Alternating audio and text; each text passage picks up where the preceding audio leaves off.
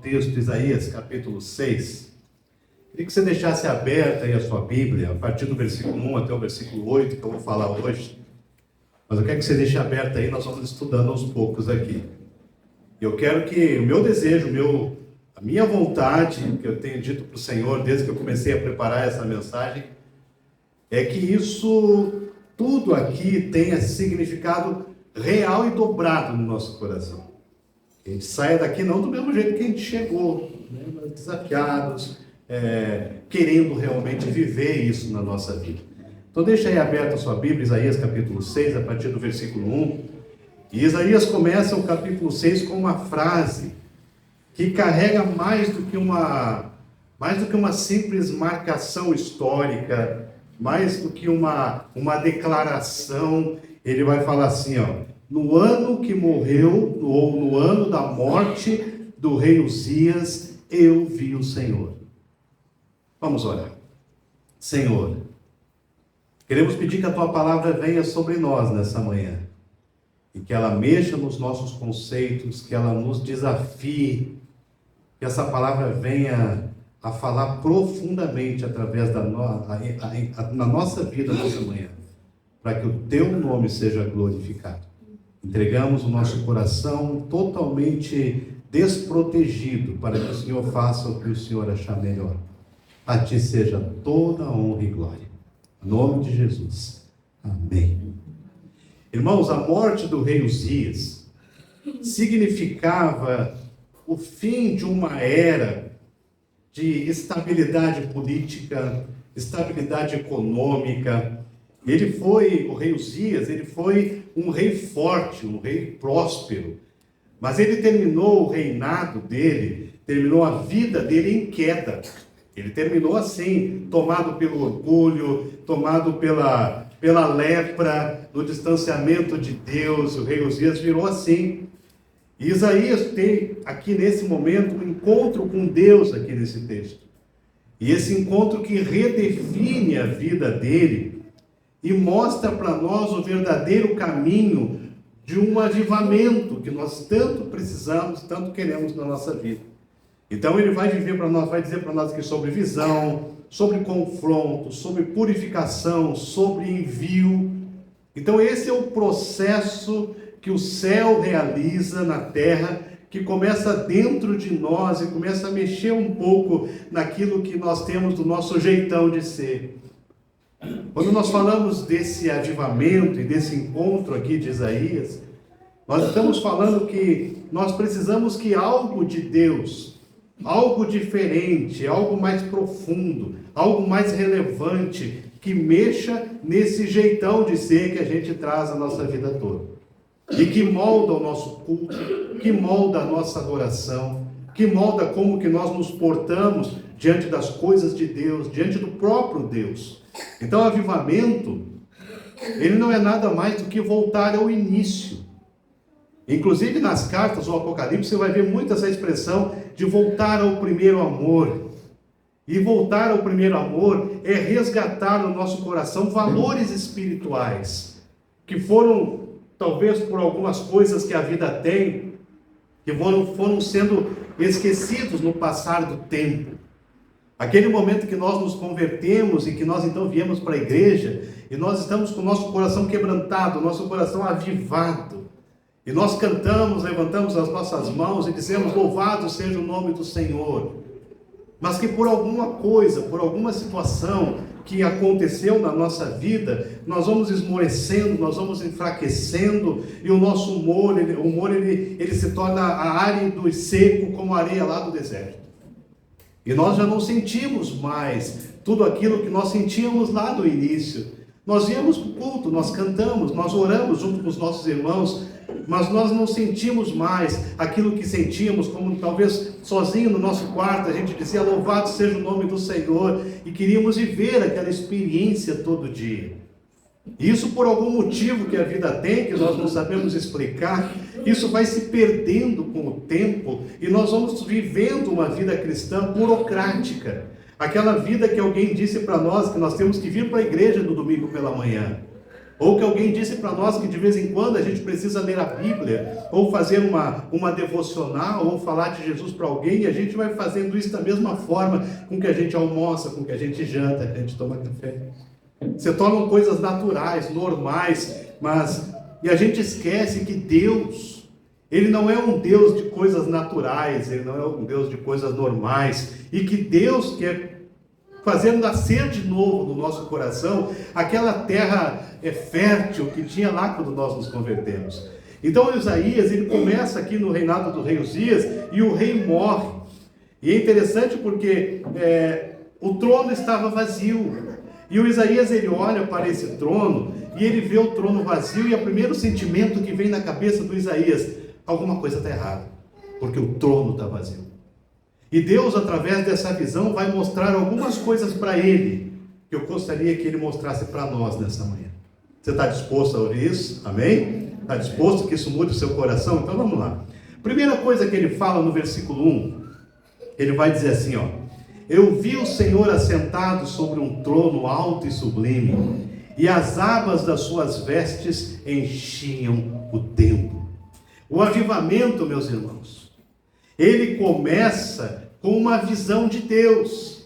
Porque se você olhar para esse texto, Isaías, ele não viu o caos político, ele não viu as ameaças externas, ele não viu apenas o vazio de um trono humano, ele viu o Senhor, ele viu a Deus. E essa visão que Isaías tem de Deus aqui muda tudo.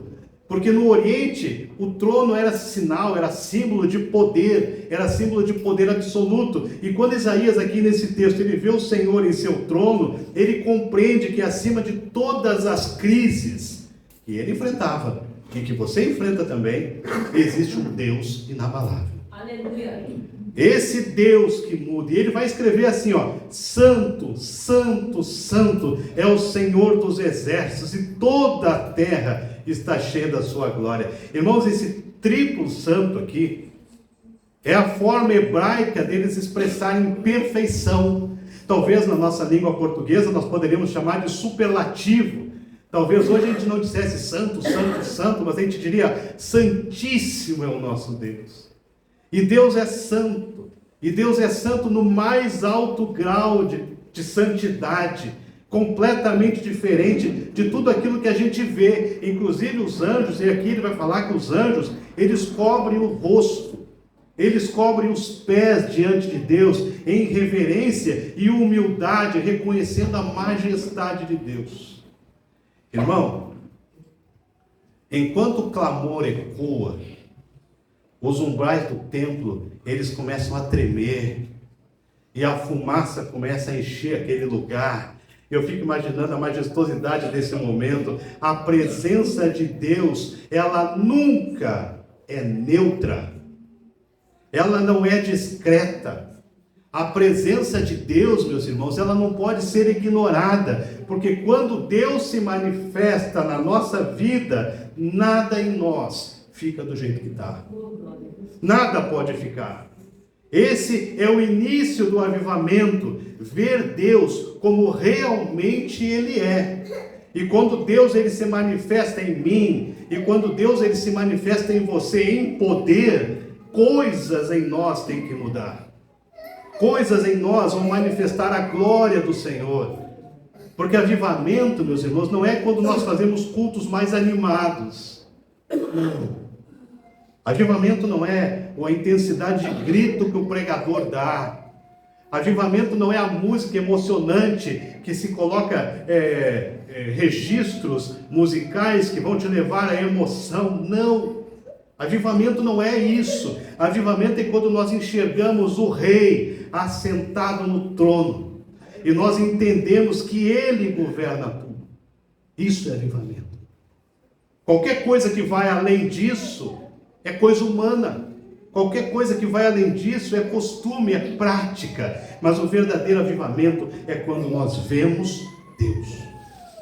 É quando eu entendo que eu estou cantando aqui na frente, ou você está cantando aí nos bancos, e você não está cantando melodia somente, você está cantando para Deus que está te ouvindo, está na tua frente. Deus está aí. Isso é avivamento. E foi isso que Isaías viu. A segunda coisa que Isaías vê aqui, está no versículo 5, quando ele diz assim, ó: ai de mim, eu estou perdido, porque eu sou um homem de lábios impuros, e habito no meio de um povo de lábios impuros. Olha que texto difícil, porque avivamento, meus irmãos, depois de ouvir Deus, avivamento precisa trazer confronto para mim. Aqui ele vai experimentar o confronto interior que o verdadeiro avivamento traz. Ele vai dizer: ai de mim, ai de mim. Porque a palavra perdido aqui no original, ela significa arruinado, destruído, sem saída. É assim que eu estou, é assim que você está, é assim que nós estamos. Isaías, ele percebe que não pode permanecer diante da santidade absoluta de Deus, porque ele é pecador. Ele não pode permanecer na presença do Senhor. Então ele diz: ai de mim, porque eu vi o Senhor e eu sou um homem de lábios impuros, e eu habito no meio de um povo de lábios impuros. E aqui o profeta, irmãos, que proferiu tantas vezes ais contra o povo, contra as nações rebeldes, agora ele declara um ai contra si mesmo. E ele reconhece que até a sua maior virtude, que eram os seus lábios, que eram usados para profetizar, ele reconhece que até essa maior virtude estava contaminada. E ele reconhece, porque ele vai me ensinar aqui nessa manhã, e ele vai ensinar para você também, que não há espaço para vanglória diante do trono do Santo. Não há espaço para ego, não há espaço para orgulho diante do trono do Senhor Todo-Poderoso. Quando nós buscamos o avivamento, nós começamos a ver Deus. Esse ver Deus me confronta. Porque além disso, Isaías não se isola na confissão dele, porque ele admite: eu habito no meio de um povo de lábios impuros. Sua impureza pessoal reflete também na realidade coletiva que ele vivia aqui. Porque o pecado de Isaías não estava desconectado do pecado do povo. E o pecado do povo não estava desconectado do pecado de Isaías. Porque quando nós estamos com uma certa situação da nossa vida, nós trazemos para perto pessoas que também estão. Você já percebeu isso? Lembra de Davi? Quando Davi estava fugindo de Saul. E Davi estava dentro de uma caverna, fugindo de Saul, e a Bíblia vai dizer que dentro daquela caverna estavam os pobres, os perseguidos, os maltratados, os mal cuidados. O pecado dele estava conectado com o povo que ele vivia, e esse é o caminho do avivamento, irmãos. Porque antes de transformar uma sociedade, Deus precisa confrontar você.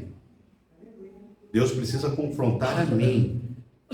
Antes de mudar uma igreja, ele precisa confrontar e quebrar o coração do crente. Antes de mudar a história de uma igreja, de um povo, ele precisa primeiro mexer em mim, primeiro precisa mexer em você, porque não há avivamento sem arrependimento. Não há. Não há mover genuíno sem a confissão sincera diante de Deus. Isaías vai falar aqui: ai de mim. O avivamento ele começa quando nós deixamos de apontar para os outros e dizemos diante de Deus: ai de mim. Isso é avivamento. Ai de mim, Senhor, eu quero experimentar o teu avivamento, eu quero experimentar as tuas coisas na minha vida, mas Senhor, ai de mim, porque eu sou pecador e eu preciso do Senhor na minha vida. Ele vai nos ensinar uma terceira coisa, está no versículo 6, eu acho, 6 e 7, uma frase que ele vai dizer assim, ó: a tua iniquidade foi tirada e o teu pecado perdoado. Irmãos, o texto segue aqui com esse ato impressionante, porque vem um serafim e pega uma brasa, a Bíblia vai chamar de brasa viva, aquela brasa mesmo acesa que está lá no fogo, e ele vai pegar essa brasa e vai passar na boca do Isaías. Eu lembro que lá na antiguidade, quando o filho falava para falar palavrão, algumas mães passavam sabão, né? Aqui o anjo vai passar uma brasa. E ele vai passar a brasa e vai dizer assim para Isaías, depois de Isaías ter dito, ai de mim, Senhor, ele passa a brasa porque ele viu o arrependimento genuíno de Isaías, e ele vai dizer: a tua iniquidade, Isaías, foi tirada, e o teu pecado foi perdoado. Irmãos, o altar no templo era lugar de sacrifício, de sangue. Quando você entrava no tabernáculo, você tinha um portão enorme e fechava tudo, e tinha um muro em volta que você não podia enxergar lá dentro. Mas quando você entrava no tabernáculo, você sabe qual é a primeira coisa que você encontrava? Quem acha aí? Qual era a primeira coisa que você encontrava quando você entrava no tabernáculo? Alguém sabe? Não? A primeira coisa que você abria o portão, a primeira coisa que você entrava e via era o altar do sacrifício. Porque o sacerdote, e nem o sumo sacerdote, podia passar para a pia, onde lavava as mãos, nem para o lugar santo, nem para o lugar santíssimo, sem antes passar pelo sacrifício. Quando nós entramos no reino de Deus, quando nós entramos na obra de Deus, quando Deus nos converte, e nós começamos a fazer parte da igreja dele, a primeira coisa que eu me deparo é o altar do sacrifício. É ali que eu deixo os meus desejos, é ali que eu deixo o meu ego, é ali que eu deixo o meu orgulho, é ali que eu deixo a minha vida, eu sacrifico ao Senhor. Só assim eu posso progredir dentro do tabernáculo.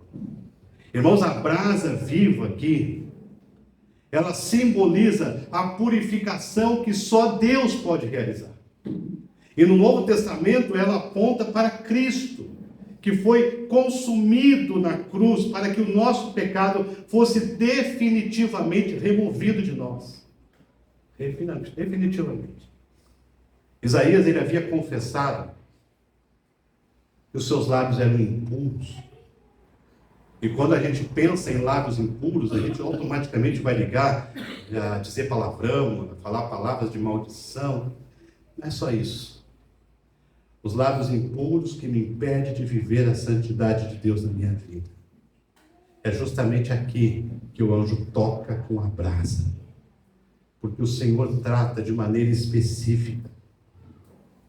Irmãos, o Senhor não unge máscaras. O Senhor não unge máscaras, Ele purifica a raiz. Ele purifica quem nós somos, porque o fogo que queima, é o mesmo fogo que liberta. Porque o toque, ele é doloroso, mas ele é transformador. Porque não vem os irmãos me dizerem, nem eu vou ter coragem de dizer isso para você, que o altar do sacrifício é fácil. Não é fácil, eu me converti, está tranquilo, está de boa. Passar pelo altar do sacrifício, não, está de boa, não é. Porque se tem uma coisa difícil, é a gente olhar para nós mesmos. Se você me perguntar, talvez eu pudesse dizer aqui um monte de coisa que eu acho que os irmãos fazem de errado. E se perguntarem para os irmãos, vocês vão saber um monte de coisa que eu faço de errado. E isso é fácil para nós. O difícil é a gente mexer em nós mesmos. O difícil é a gente olhar para o coração e ver onde que estão as manchinhas. Aonde que a brasa tem que tocar para purificar. Porque o avivamento só vem depois disso. E essa aqui é uma lição que a gente precisa ouvir. Se nós queremos ser usados por Deus, nós temos que passar pelo altar. Não podemos querer ministério sem cruz. Não podemos querer púlpito sem fogo. Unção sem quebrantamento. Isso não existe. Mas não há avivamento sem fogo no altar. Não há purificação sem brasa. A brasa que expõe. A brasa que trata, a brasa que me pegou lá com meus 17 anos de idade, 40 anos atrás, e Deus pega e me torce todo, e vai me torcendo e me torce até hoje. Porque não há quebrantamento, não há avivamento sem quebrantamento, não há altar sem fogo. O resultado prático da obra de Deus em Isaías, ele declara isso de forma muito clara. A tua iniquidade foi tirada e o teu pecado foi perdoado. O que ele não poderia fazer por si mesmo, Deus fez por ele. Porque o que o Isaías disse, Senhor, ai de mim. Eu sou um homem impuro, meus lábios são impuros, não posso fazer nada sobre isso. E aí Deus vai lá e passa a brasa, agora eu fiz. E a quarta coisa, versículo 8, ele fala assim: a quem enviarei? E quem irá por nós? Irmãos, o avivamento ele transforma em missão. No avivamento não existe crente salvo, sentado, satisfeito. No avivamento não tem espaço para crente Gabriela, eu nasci assim, eu cresci assim, você sempre assim, eu sou mesmo assim. Não. Depois da visão, depois do confronto, depois da purificação, Isaías está pronto para ouvir a voz do Senhor. E Deus fala: quem enviarei? Quem irá por mim? E o chamado do Senhor aqui é aberto. Mas a resposta, ela foi pessoal. Isaías, então, purificado, santificado pelo Senhor, Isaías abre a sua boca. Eu imagino a alegria que ele fala isso: eis-me aqui, Senhor, envia-me a mim. Aqui a gente vê a sequência perfeita. Primeiro Isaías vê Deus, depois ele vê a sua condição, em seguida ele vê a purificação de Deus, e aí ele é enviado. Vou falar uma frase que talvez seja pesada, mas eu preciso falar. Irmãos, Deus não usa e não envia vasos sujos. Deus não pode usar vasos sujos. Deus não vai enviar vasos sujos. Ele não coloca em missão quem não passou pelo altar. Porque o envio é consequência natural de um coração que foi tocado pelo céu, que foi torcido pelo céu. Deus não pode usar. E aqui, uma aplicação para nós. O verdadeiro avivamento, ele nunca para no culto. O verdadeiro avivamento não para aqui.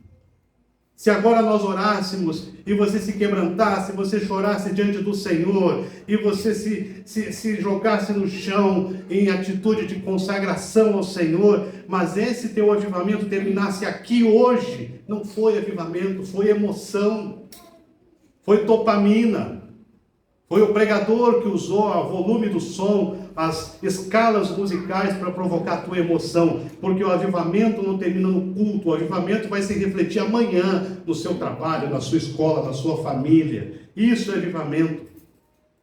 Ele não termina no templo. O avivamento continua na vida prática, em missão, em testemunho, em obediência ao Senhor. E aí o nosso culto tem sentido. Aí o nosso culto tem sentido. O fogo que não se transforma em envio, o fogo que não se transforma em envio, vira fumaça. O crente que não serve, o crente que não se torna útil diante de Deus para a obra dele, não passou por esse fogo, é fumaça. É só cortina de fumaça, é só barulho. Paulo falou que se não tiver amor, é como o sino que bate, só faz barulho. Alguém sabe uma outra utilidade para o sino, a não ser fazer barulho? Que hora o sino bate aqui de manhã, Éder? Você te acorda cedinho, né? Cedinho o sino já acorda o Éder aqui de manhã. Só faz barulho. Mas quando nós passamos pelo avivamento, nós vivemos isso na prática. Uma vida que passa por esse processo aqui é transformada diante de Deus e diante dos homens. Por quê? Porque as pessoas vão olhar para você: poxa, esse cara é diferente. Essa pessoa é diferente, eu quero saber o que ela faz na vida. Eu quero saber onde ela vai, eu quero seguir essa pessoa. Olha que pessoa diferente. Diante de Deus, o crente vive em santidade, em reverência, em intimidade. E diante dos homens, a vida desse crente aqui se torna testemunho visível, um caráter íntegro, exemplo que inspira. Agora ele é perfeito? Não. De vez em quando a gente resvala no tomate, né? De vez em quando a gente resvala. De vez em quando a gente peca. De vez em quando a gente peca contra Deus. De repente a gente peca uns com os outros. Eu contei uma experiência com os irmãos aqui, e alguns ficaram rindo da minha cara por algumas semanas. Mas já pararam de rir, então eu vou contar de novo. Pra vocês continuarem rindo. Nós morávamos numa cidadezinha do interior do Rio Grande do Sul, onde nós estávamos plantando uma igreja. Nós éramos recém-casados, não tão recém-casados assim, já fazia uns 4 anos de casado. Felipe era de colo ainda, e a minha esposa estava em casa sentindo muito calor. Era muito quente lá. E eu, como provedor da casa, eu falei, eu vou comprar um ventilador. E eu fui numa loja chamada Lojas Colombo. Eu não vou nunca mais esquecer o nome dessa loja. E aí eu lembrei de uma palavra para pecado na Bíblia. Na Bíblia existe uma palavra usada para pecado chamada parabases.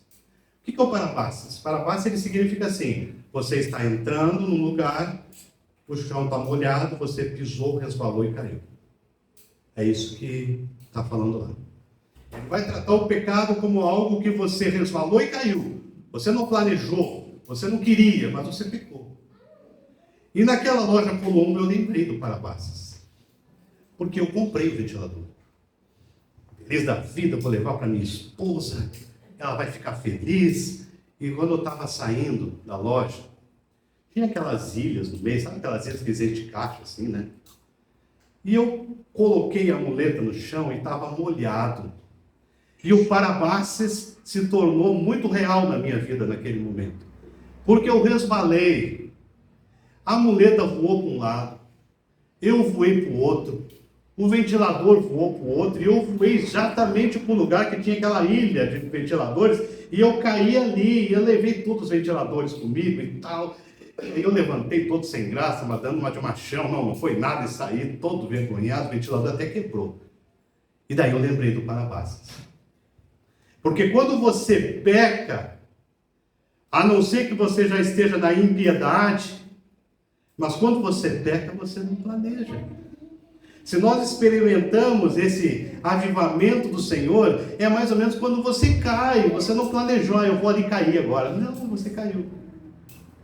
E aí quando eu olho para isso, eu percebo que Deus, Ele toca em mim através desse avivamento dEle, para que eu possa, através dEle, tocar a vida de pessoas, mas Deus não vai usar vasos sujos. Não vai. Deixa eu contar algumas coisas para os irmãos.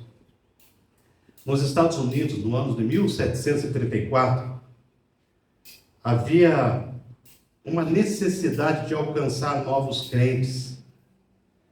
E um homem chamado Jonathan Edwards, com uma simplicidade enorme e com muita oração, ele começou a exercer um grande impacto nas pessoas. O resultado desse impacto foi milhares de conversões. Numa população de 300 mil pessoas, havia mais de 30 mil conversões num pouco espaço de tempo, onde Deus começou a usar aquele homem. No século XX, século XIX, alguns homens foram instrumentos de Deus para liderar grandes avivamentos. Um deles, Charles Finney, ele foi poderoso na palavra, poderoso na oração, no testemunho, na sua influência através da pregação nas igrejas. Pessoas foram renovadas, nasceram novas comunidades, pessoas deixaram os vícios, porque um homem resolveu deixar o avivamento do Senhor nele. Um homem chamado Charles Spurgeon, você já deve ter ouvido falar dele. Ele foi professor de crianças na escola bíblica dominical. E ele viu muitos pais se converterem com o testemunho dos filhos que estavam lá na escola bíblica dominical. Spurgeon ele foi poderoso na pregação. Sinais, prodígios eram comuns nas reuniões dele. Ele começou um outro homem chamado D.L. Moody, você já deve ter ouvido falar nele, conhecido como o príncipe dos pregadores. Ele calcula-se que cerca de 500 mil pessoas se entregaram a Jesus através do testemunho dele. Ele se dedicou a IBD, ele começou com 12 crianças, e poucos anos depois, ele tinha uma classe de 12 mil crianças. 12 mil, porque um homem se deixou usar pelo Senhor. Ah, meus irmãos, sabe o que falta para a gente? É entender que esse processo aqui é claro. Visão, confronto, purificação e envio. Sem visão, o que sobra é a rotina. Sem confronto, é só hipocrisia. Porque sem confronto eu continuo vivendo do meu jeito, do meu jeitão de ser. E daí eu vou usar algumas expressões, daí eu sou muito sincero. Sem purificação sobra pecado. Sem envio sobra estagnação. Igrejas que eu conheço, e você deve conhecer também, igrejas que estão aí há 30, 40, 50 anos, com 3, 4, 5, 10 pessoas, nunca cresceram. Nunca cresceram, cheio de legalismos, cheio de coisas que prendem o crescimento, que atrapalham o crescimento, cheio de pessoas estagnadas, que não experimentaram a transformação que Jesus faz na vida das pessoas. Se o avivamento não começar em mim, ele não vai começar em lugar nenhum. Se o avivamento não começar na sua vida, não vai começar em lugar nenhum. Porque hoje a voz de Deus ainda ecoa: a quem enviarei? E a resposta que muda a história é essa aqui de Isaías: eis-me aqui, Senhor, envia-me a mim. Irmãos, porque crente morto não incomoda o inferno. Mas o crente que é queimado pelo fogo no altar, ele se torna ameaça nas trevas. O crente que vive esse avivamento do Senhor é o crente que não tem tempo para besteira. É o crente que tem uma vida centrada naquilo que é o alvo de Deus para a vida dele. Esse é o crente que Deus usa. É o crente que não tem tempo para ficar com bobagens. É o crente que foca em Jesus. Como disse Paulo, eu já não me embaraço mais nas coisas que passaram, mas eu fito meus olhos para o autor e consumador da minha fé. Eu quero fazer as coisas do jeito de Deus. Eu tenho tempo para isso. Quer avivamento na sua vida? Comece vendo Deus. Comece sendo confrontado. E aí diga: Senhor, eis-me aqui. Envia-me a mim. Não podemos ser crentes mortos, mas crentes que mudam a história. Não só pessoas que passam por esse mundo, frequentam uma igreja, veem os cultos, não. Mas pessoas que mudam a história. É isso que eu quero ser. Eu acho que é isso que você quer ser também. Que Deus nos ajude